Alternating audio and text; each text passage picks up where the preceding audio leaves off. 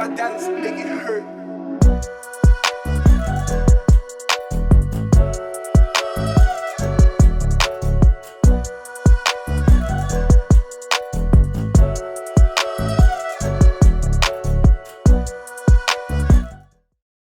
What's up, Relentless traders? It's your host, Surreal. And Juan, and welcome to episode 12. 12.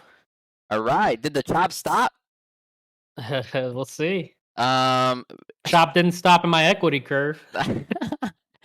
I mean, what a rally, you know? I mean, I think this is what everybody's kind of talking about now because everybody, quad witching yesterday. We had I think that was the first green quad witching we've had in like 2 years.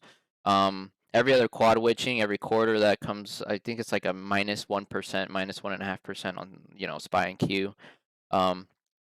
But we had the Fed. People were expecting a rollover there. Didn't happen. I think was that what 3 or 4 rally days in a row, something like that. Yeah, I'm looking at the indent too. Yeah, on the 15th, which was Tuesday, the day before the Fed, we Yeah, so started to bounce. 4 straight rally days. I don't think we've had. I think this was the first green week we've had, maybe. Yeah, so definitely news heavy week. I'm not too much on the quad witching. I don't know too much about that. But for the people who don't know, do you want to give a quick explanation of that, of what it is? Yeah, generally? it's an expiration. I don't even know. It's an expiration of a lot of different both futures contracts. It jumps into a new quarter. Options contracts, they roll over. It's expiration of a lot of contracts. Typically, there's a lot of outflow of money on quad witching. Obviously, we did not see that yesterday. Yeah, generally. Okay. Yeah, so generally it's a lot of there's outflow and then it just kind of gets rolled over. Rebalancing. Yeah, it's a lot of rebalancing type of material. So that's why people, especially options traders, are very cautious about quad witching. Causes a lot of volatility just because a lot of money gets thrown around. Always learning something new. Yeah, I like thinking about it too. Like I'm looking at the indexes and like I saw that price was tightening up as we were in like a descending wedge kind of, and so I was expecting a big move. Me personally, just from what I was seeing with like we've been in this downtrend, and then to see like the Fed was gonna I personally was thinking that it was probably already priced in, and I think it's really important point to make is like chopping down the lows. I mean, we gradually hit 3 lows. We hit a low on February 23rd, bounced. We hit a low on March 9th, we bounced. And then we hit another low just barely under the March 9th low on the 15th and bounced. Yeah. So with all the war headlines and all this stuff going on and the Fed and then quad witch, it's like, and then we rally, rip your face off and break out of these descending wedges. You know what I'm saying? So I think it's really important. It's not about the headlines, but it's always about looking at what the news is and then how does the market react to that. And so that's a really bullish indication. You know what I mean? I'm not saying we're entering a bull market right now, but from a top, from a bottom up, looking at stocks, a lot of these stocks have been based out or been consolidating sideways. Some of the newer leaders that may be stepping up. And if they start trending and breaking out of stage one bases and start trending up, and the indexes start consolidating, that could be indication of, maybe the worst is behind us for now and we can start trending. Who knows? We'll see. Still learning every day. Definitely not here to predict or, say, oh, we call the bull market this week or anything. But we've seen a lot of positive price action. Like you said, a lot of basing stocks. People are like, oh, this is just a, bear market rally. But for us, there are other indications of positive price action, and it's that like a lot of stocks this week broke out of long-term downtrend lines. They based out and they broke through their 200s and they're heading into their 50s or whatever. So I think we've seen a lot of positive price action that hopefully continues, gives us a nice little bull market. I think we have everybody's kind of tired of the chop, but if the chop's going to continue, then we continue to adjust. Yeah, you just have to and stay ready to react. Like, I'll talk about my end of week, but let's go into some of your trades that you wanted to go over. Yeah, definitely. This was a big psychological week for me. More than anything, I'm proud of how I handled it. I was proud of how I handled it to an extent. Yesterday I kind of lost my edge for a second. Let me transfer this over. Um, I started my week off taking target. I'm gonna talk about the psychology stuff when I talk about my next two non-trades here in a second. But I started off my week taking target. I believe it was Monday. I was watching for this key level breakdown. I had a gap here. The idea behind gaps is, typically if a price starts trading in the gap, there's a volume gap, which means there wasn't any volume traded here. So if price starts filling the gap, it's going to fill the gap completely pretty fast. That's the idea behind gap fills. I don't tend to put a lot behind that just because I've seen a lot of fake outs. A lot of times stocks will use the gaps as support and then run up through them. I'm an options trader. I'm an options day trader. So I was looking for something more fairly quick. And I got that fairly quick move in the first like 10 minutes of the market open on Monday. I was watching that. The indexes kind of gave me some form of clues that they were maybe going to chop around and kind of drop. And then I saw this big wig get put in on target. It attempted to rally. This was a low volume. This was a low volume too. So it attempted to rally. I got short at around that 208.50 area in the first 5-minute candle, and as you can see on my screen, this thing just kind of 208 to a low of what 205? Yeah, low 205.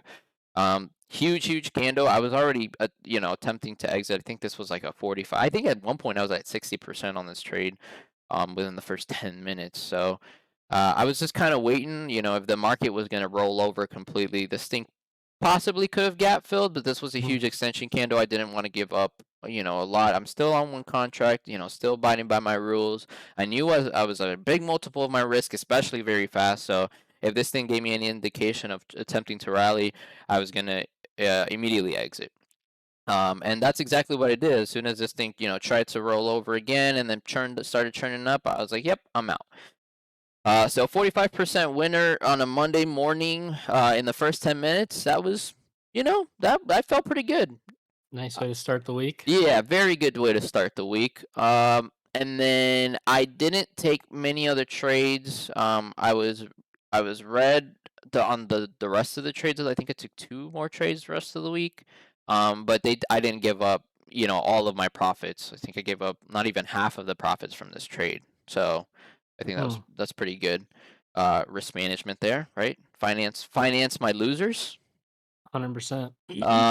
And then what I want to talk about really and enforce here is I had 2 trades prepared. I had 4 trades prepared yesterday. 4 levels I was watching, and I want to talk about the 2 that I didn't take that worked out because I had a lot of issues with toss loading contracts in, appropriately.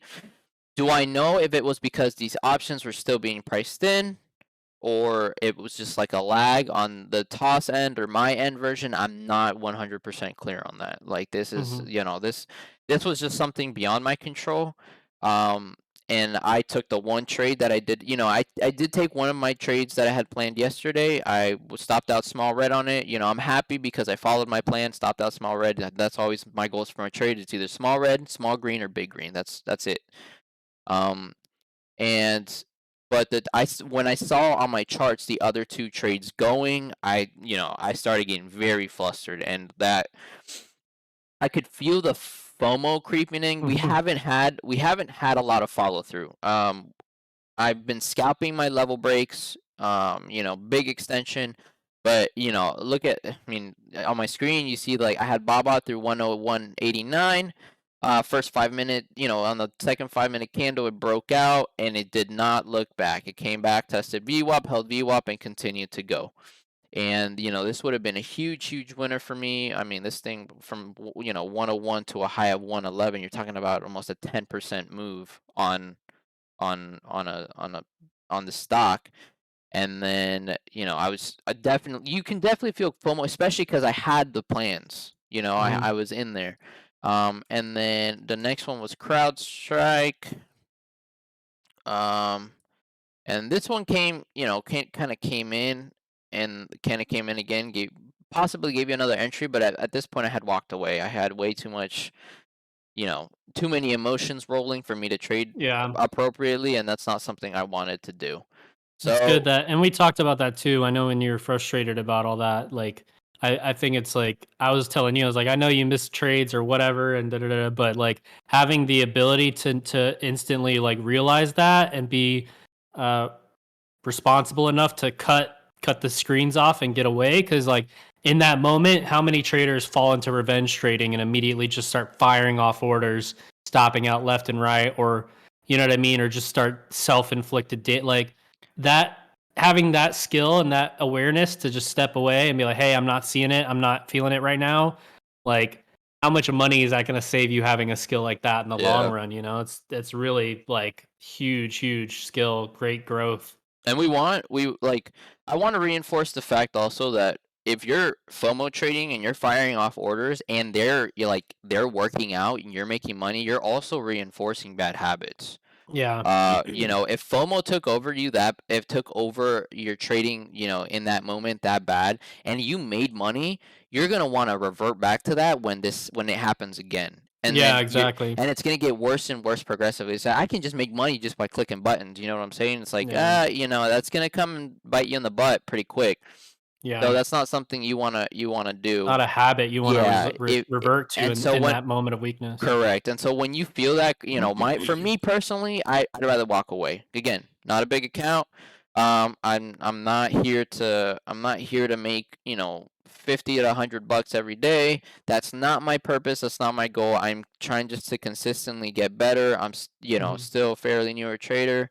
And my goal is just to be profitable. That's it. I don't Mhm. have a specific money amount. Uh I don't have any specific percentage amount. I just want to be profitable for the year. I want to, develop my process appropriately, and that's what I feel like I'm doing. By me That's walking away. awesome, man. We had this conversation. You messaged me, and you kind of chilled me out a little bit because I had to go to the gym. I was frustrated for seeing these trades work out and work out well. Mm. And so, you messaged me and you're like, bro, you're up on the year. You've been consistently profitable. And there's no reason. There's going to be way more, the market's an endless stream of opportunities. You just have to be able to put in the work to find them and then Mhm. execute them when you have the possibility. This was something that Yeah. was out of my control anyways. I couldn't help it. And I just got to move on. That's it. Yeah. On to the next trade. Yes, sir. Great job, man. Great week. For sure. You want to share anything? Sure. Yeah, you can switch over to my screen if you haven't Gotcha. already. Yep. Um, yeah, mainly for me, like the past, I would say, like the first part of this year, first quarter almost, um, has been tough because I've had to adjust from swing trading. Like I like to get in and I like to try and hold and squeeze out big moves, for as long as I can. And so not having that environment was frustrating. So I switched to like more intraday trading, and I had some issues there because I don't have much edge built in yet, or intraday strategies focus. But it really did open up my eyes to methods I can revert to in non swing trading type of environments, um, or at least focus on maybe those counter trend big bear rally days, where short squeezes and stuff like that. So there's a lot of ideas and opportunities that I think have come out of this, even though the results, I didn't do extreme damage to my account, but I took, a bigger loss than needed, one or two. But it's just all feedback in the loop, and so I'm using those to going to formulate and refine my strategy. But from a swing trading standpoint, I've been stalking a couple stocks that I wanted to just go over real quick and talk about like the cycle.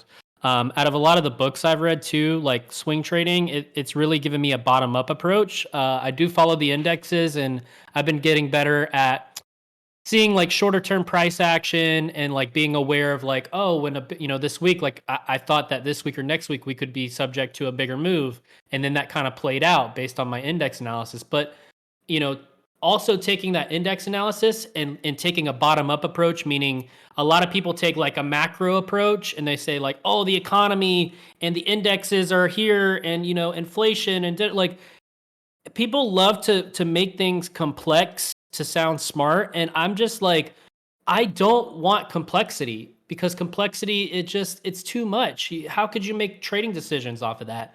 I would much rather take the simplistic approach and be dumb and follow price than to try and guess and sound smart. And so for me, a bottom up approach is, I know, at least for me, from the material that I've read and the studies that I've done going back and looking at charts and cycles, is that a lot of the stocks can tell you before big moves in the overall market are going to come. If you think about it, if you think about when a bull market happens, there's going to be huge winners, right? There's going to be massive winners.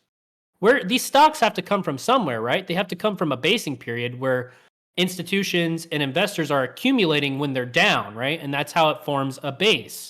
And so I look for stocks that are going sideways and holding up well when the indexes and every other stock are selling off. Because if those stocks can hold up and base out, that's showing that they're being accumulated. And when that supply is locked up, what do you think is going to happen when the market turns up? And the best stocks are going to break out and go first. So it's much easier for me to scan with volume and look for these patterns of basing. And a couple that I wanted to go over is Bros, BROS, and SG. These two stocks have been on my radar. They're more recent IPOs, and I know Bros well because, a lot of the podcasts I have their coffee, and they IPO'd. They IPO'd back in September of last year, and I was like, oh, this is going to be a no-brainer. Easy scalability. They have great sales and earnings. You know what I mean? Like, this is going to be a no-brainer leader in the future. So knowing that, I've been watching it, and it's been on my radar. And it's, IPO'd, had a nice run up to about 80, pulled back. As the market has been selling off, let's see, isn't that funny one? December, remember around November when the rally ended and we started topping action? Yeah. Bros has done nothing but go sideways since December. How many other growth stocks have been, what did Mark say? Vaporized. How many other growth stocks have been vaporized off their highs? And those are going to be laggards. Those stocks may never return to any of the values from 2021, 2020. So you have to look for fresh new blood because they're going to be potential leaders in the next bull market. And they always start from lower. You know what I mean? So that's why I feel like keeping an eye on these and like what they're doing, because if these start turning up and going and the indexes are still looking kind of bad and these keep pumping, I mean, not to say that it has to play out that way, but it's a very good divergence, And so I had this thing ranged out. I was stalking it for a while. It had some wide and loose price action at its base, but you could see it clearly started getting tighter. And I totally just fumbled because, I took a big loss and I wasn't, I'm still learning too. Swing trading cycles are a little bit longer because the timing, you have to wait for the right time to strike. But, I kind of fumbled the ball here. And that same thing you were saying, is frustrating to really know and have conviction in something. And then to see to see it go. It didn't bother me as much as a lot of other people that missed this rally this week because I know I've studied. And I know that if this thing's going to be a leader and it's consolidating here, it's going to have to start trending back up to its highs. And now that it's out of a tight range area, this to me, I'm just waiting for a pullback. And then you start to understand the psychology of how things trend. How many other people missed this rally? And if this thing starts pulling back and consolidates, what do you think's going to happen? People are going to accumulate. They're going to buy. They want to buy. They want to jump on the trend. And then how many people who are not aware of how these things work, who can't be early, once this starts trending higher, and then you see how the buyers start piling on and how those trends play out. So, I mean, I have no FOMO whatsoever because I've studied, I've read books, I've gone back and studied cycles, not to the extent that I want to, but enough to kind of have the understanding of where these stocks can go. Even though I didn't jump right on as early as I possibly could, within this tightening consolidation range. And to just discuss the psychology a little bit, you have a clear range here where it's holding, and then you have a shakeout, and then you have these big volume clues, these massive up days where it's massive volume, 5 million shares. That's accumulation clues. Yep. Institutions are accumulating shares within this base. And once enough of supply is locked down, and this amount of shares of the pie are not for sale, and there's only this much that's publicly trading, and more demand comes in, if more institutions want that, the demand just overwhelms what's available to the market, and then that's how the price trends. So you really got to look for these clues and let the stocks tell the story. And then me as a swing trader, I'm just waiting till they tighten up like this, looking for a tight area and saying, okay, as soon as I see a breakout or a start to move up, I'm trying to jump on there. I missed this one. but I know that it's gonna, it should give me a range, and then I'll just keep trading it all the way up, as many, variations of my setup as I can. So same thing with SG. To talk really quickly too. No, you're good. I also really like how simple your trading style is. And that just goes to show that you can trade an infinite amount of ways. I mean, look, two simple lines, you get the consolidation of the moving averages in one area, and you're like, okay, this is potentially a place I can manage my risk, right? Yeah, It starts putting in some good clues, some good expansion, and you're like, here's where I can manage my risk. You take a position, and you let it work for you. yeah. It came back, it retested the consolidation of those moving averages, and then you can see it like closed right above that trend line. In the next 2 days, it just ripped. I mean, that's all and just those last couple days, that's what 8-9% off of that rip from that. Yeah, from down here below the 50, I mean, you got about 27 27. That's insane. I mean, that's a for crazy 4 days. move in a week. You know what I'm saying? Like Yeah. I mean, and at that point you're already scaling out, and you can just wait for the next consolidation range, like you And said. then Like, shoot. just Yeah. continue to shoot your shot until proven guilty. That's all it is. Right. Right.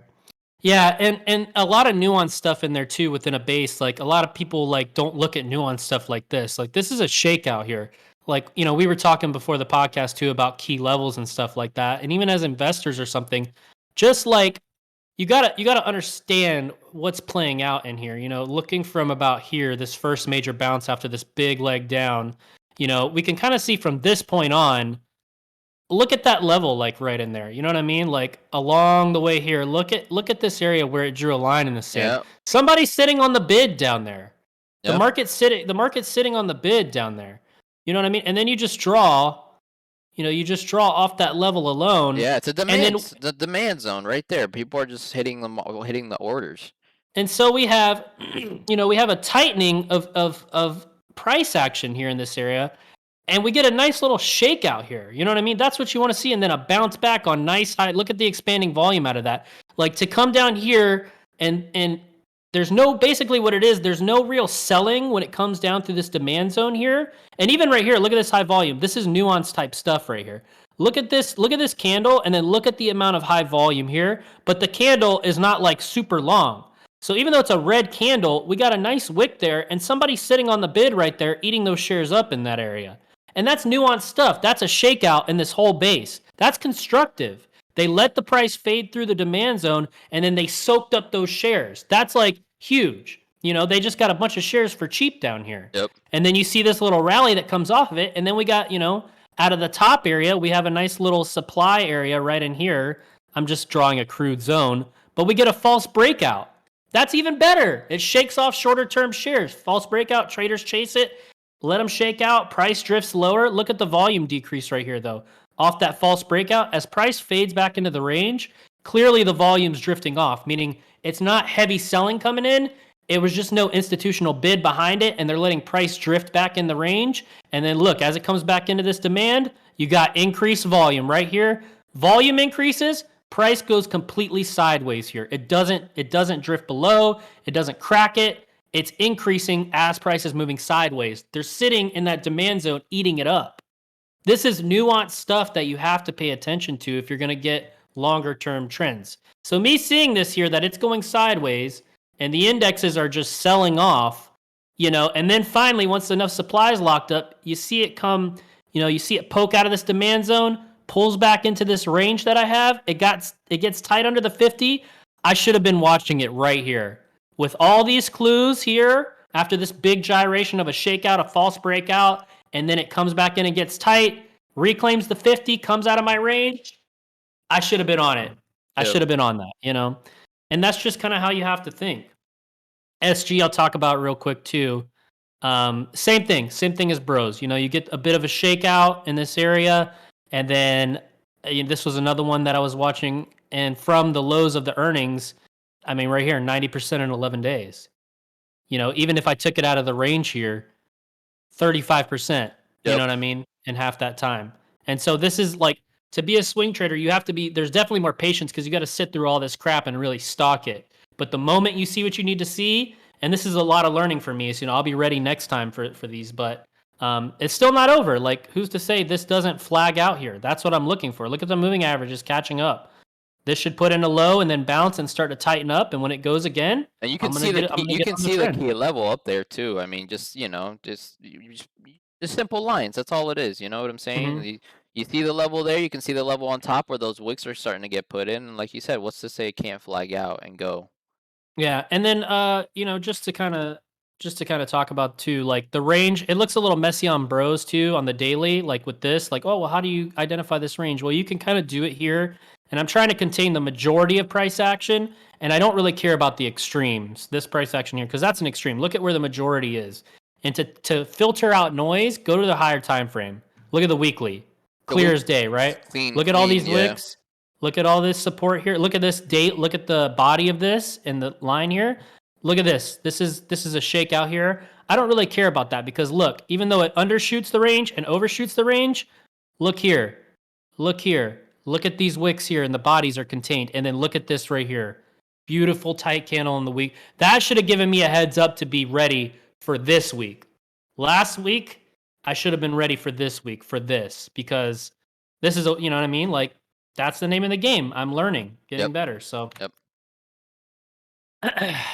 good stuff, man. We're getting better. We can move into our topic. I know we're running a little behind in I honestly our didn't even end of see the week. time.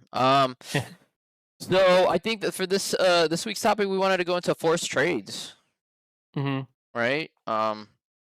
I think we kind of wanted to see, what we wanted to define forced trades for stuff. So we'll kind of go, a little bit at a time. I mean, you kind of want to go over what a forced trade is, how you define a forced trade?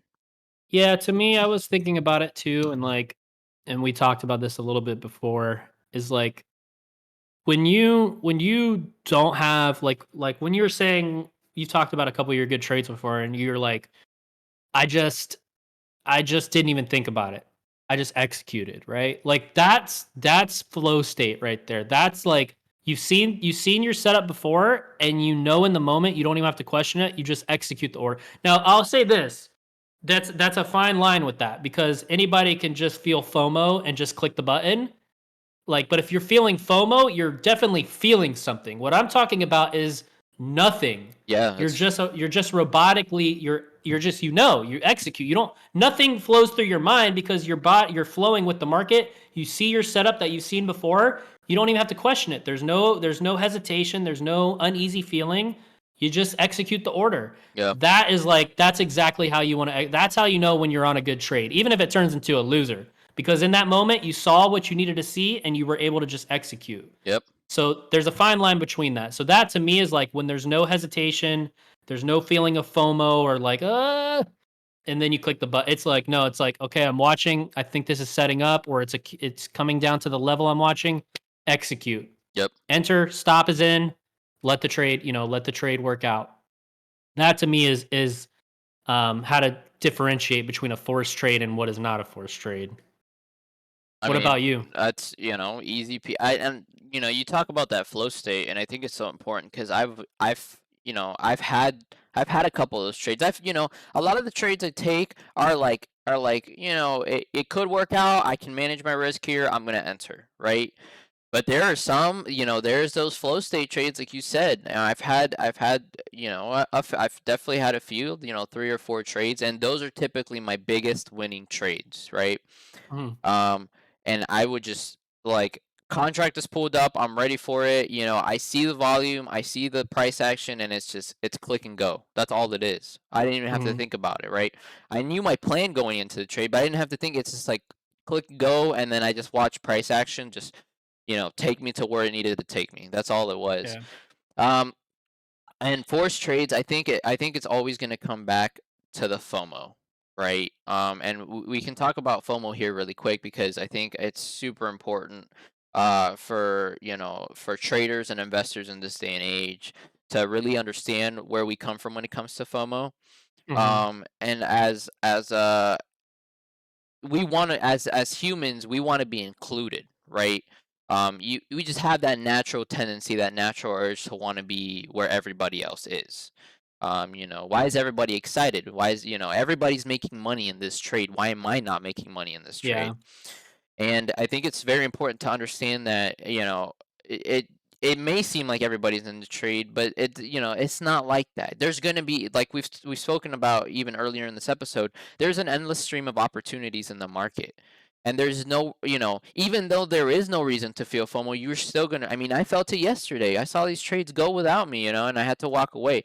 And it's not about not feeling it, it's about being able to control yourself when you do feel it. Do Yeah. you have to walk away? Do you have to close out your broker, your broker Mhm. to not execute any trades? If you have to do that, Mhm. do it, because there is going to be an endless amount of opportunities. I can promise you that. I've seen it myself. You've 100%. seen it yourself. I And think it's to piggyback off what you're saying right there too. I've thought a lot about that too. A lot of that comes with the new people, the FOMO. A lot of it comes from not having conviction in your setup. So if you've done the work and you've back tested and gone back and studied hundreds or thousands of examples of what you trade and how you trade, that's gonna just diminish that FOMO, because your FOMO is coming from not understanding that you have a repeatable setup. And if you don't have a repeatable setup, then you're just doing random stuff and you're always going to succumb to FOMO because you always think that this is the one and only time. But like, if you've gone back and you have 1,000 examples over the past, X amount of time, or 5,000 or 10,000 examples of a setup, which is, that's a lot, that's an extreme. But there's no more FOMO because like I know how things trend, and I know that when they move up, they have to consolidate gains before they continue the trend. That's always going to happen. It can happen in crypto. It's going to in all markets. Prices only move in so many ways, up, down, and sideways. So you just have to find a way to repeatably execute that and understand that there will always be opportunity if your strategy is based, on something repeatable. So, it was always just it's so obvious to me. You know what I mean? Like it's so obvious. And Like you can chalk that up to patience too. You know what I'm saying? You have to have patience, and you have to know that the opportunities are going to be there, and chasing them is not going to be the way to make money, right? mhm. Because at the end of the day, that's why we're trading, right? We're trying to buy lower and sell higher, or buy higher, sell lower if you're shorting, whatever it is. And there's going to be opportunities for that. If it's moving fast, in the direction you thought, and you're like, oh my god, this is going to be the only opportunity I have. Yeah. Um, 9 You times don't out of have conviction. yeah, 9 times out of 10, right, the setup isn't there, and you're gonna lose.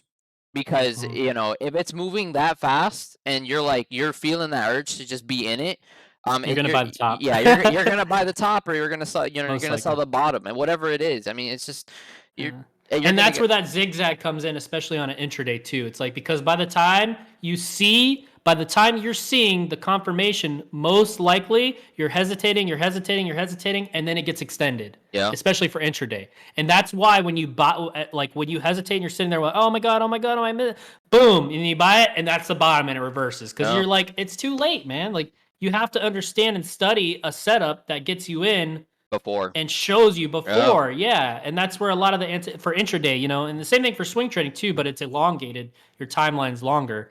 But it's so clear once you've studied and seen it. A lot of people learn the inefficient way of just doing the same thing over and over.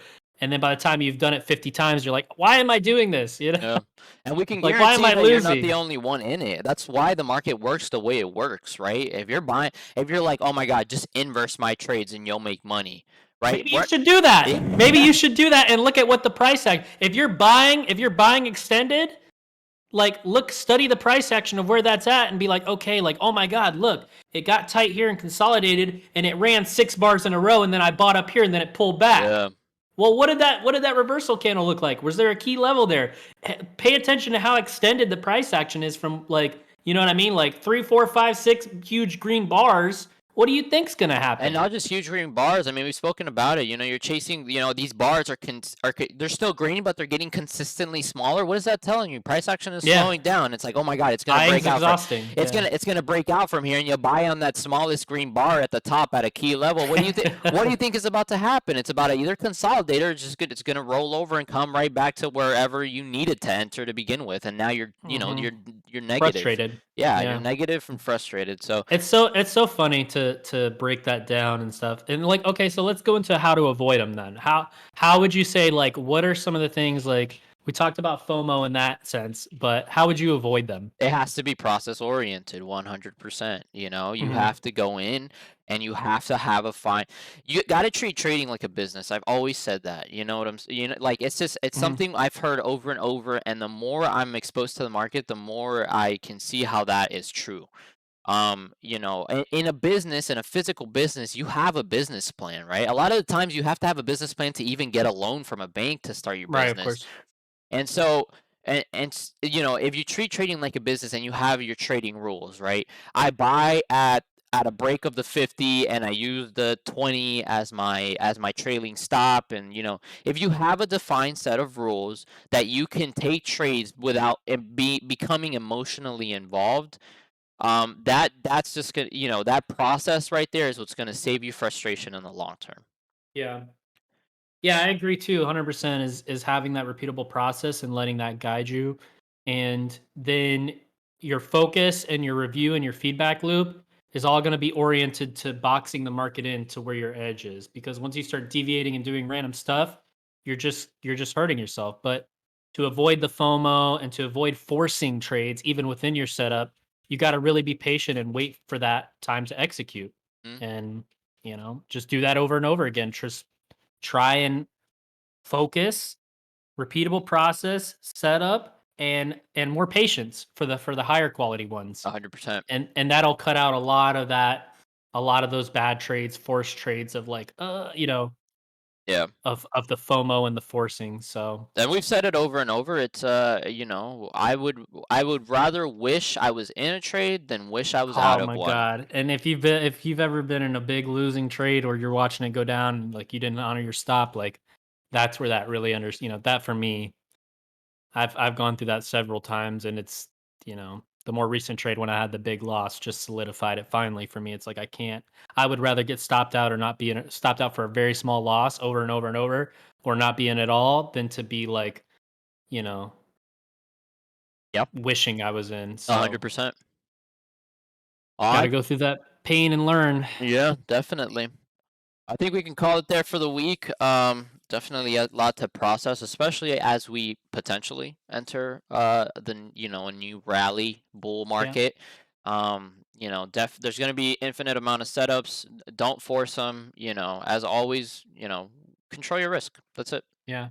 Stay focused and all that. And like we always say, manage your risk, stay focused, and be relentless. We'll see you in the next one. Peace.